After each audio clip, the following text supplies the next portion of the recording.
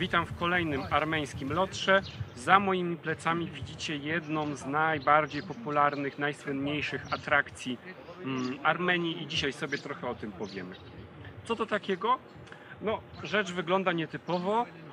To jest pogańska świątynia Mitry, mieszcząca się w miejscowości Garni. Najpierw trochę informacji praktycznych, jak dojechać, a dojazd jest nieco skomplikowany, ponieważ musimy dojechać tutaj z Erywania, jeżeli oczywiście nie chcemy brać taksówki, a taksówki do Garni są dość drogie, to trzeba dojechać tutaj z Erywania, z dworca, który miejscowi określają jako Mercedes Station. Więc pytamy o Mercedes Station, tam można się dostać marszrutką albo autobusem, a stamtąd bierzemy marszrutkę do Garni, nie drogą, bo to będzie koszt około 250 dram. Natomiast sama ta miejscowość i sama ta świątynia, ten cały kompleks, który zwiedzamy, jest taki nieco zrobiony pod turystów, bo tutaj już wstęp to jest 1000 dram, opłata za fotografowanie kolejny 1000, oczywiście nie można używać statywów, więc na filmikach będzie się trochę trzęsło i tak dalej, i tak dalej. Przygrywa muzyczka, jest pełno ludzi z aparatami, ale rzecz jest naprawdę warta odwiedzenia, warta zobaczenia. Ja bym polecał zostawić Garni na sam koniec naszej podróży, bo jak już się z tymi wszystkimi ormiańskimi rzeczami tak trochę opatrzymy, z klasztorami, z haczkarami i z tym, z czego Armenia słynie, to warto przyjechać tutaj i zobaczyć coś, co jest zupełnie inne. Coś, co przypomina Grecję.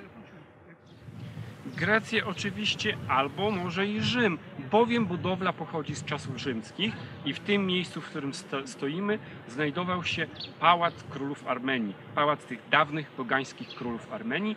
Oni tutaj zbudowali właśnie świątynię Mitry, tak twierdzi część badaczy, i wtedy tę świątynię należało datować by na I wiek przed naszą erą. Z kolei inni badacze twierdzą, że ta budowla, która się ostała z tego całego kompleksu, bowiem reszta jest już w ruinie, to jest grobowiec rzymskiego namiestnika i wtedy to byłby już I wiek naszej ery. Bądź co bądź, budowla jest antyczna i jest zachowana. Mimo tego, że w XVII wieku została zniszczona przez trzęsienie ziemi i później przysypana okolicznymi tutaj skałami. Na całe szczęście przez cały okres nowożytny, aż do rozpoczęcia wykopalisk w latach 40. nie była w ogóle ruszona. I kiedy sowieccy archeolodzy wzięli się za rekonstrukcję, okazało się, że większość materiału mają. Jest tutaj właśnie pod ziemią. Dlatego, mimo że mówimy o rekonstrukcji, to ta świątynia Mitry, czy też grobowiec rzymskiego namiestnika, jest zrekonstruowany z zachowanych, oryginalnych fragmentów. Co tutaj jeszcze możemy zobaczyć? No, reszta niestety zachowała się w stanie daleko idącej ruiny. Mamy resztki twierdzy, resztki pałacu. Trochę mozaik można zobaczyć, które przetrwały w łaźniach, w dawnych łaźniach z okresu panowania tutaj królów armeńskich, ale najbardziej niesamowite jest otoczenie. Przepiękny, wielki wąwóz, niesamowite góry. Tutaj mamy rezerwat i park krajobrazowy, więc jak najbardziej można pójść z Garni na pieszą wycieczkę. I to chyba wszystko. Naprawdę, jeżeli jesteście w Armenii i nie zobaczycie Garni, to tak jakbyście w Armenii po prostu nie byli.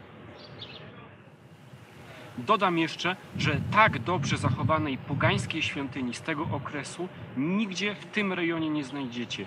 Ani w Armenii, ani w Gruzji, ani w promieniu najbliższych kilkuset kilometrów. Na pewno czegoś takiego nie ma. To ciekawe, bo większość takich świątyń z okresu rzymskiego była po prostu niszczona, kiedy ten teren najeżdżały na przykład obce wojska, albo po przyjęciu przez Armenię chrześcijaństwa. Bowiem w tych pierwotnych, dawnych wiekach chrześcijaństwa nie znano definicji zabytku i zupełnie naturalne było przerabianie, przebudowywanie takich świątyń na kościoły i na klasztory. Jeśli filmik o świątyni Mitry w Garni się Wam podobał, to zapraszamy na nasz kanał, zapraszamy do lajkowania, zapraszamy do subskrybowania i oczywiście dzielenia się wrażeniami i podpowiedziami w komentarzach.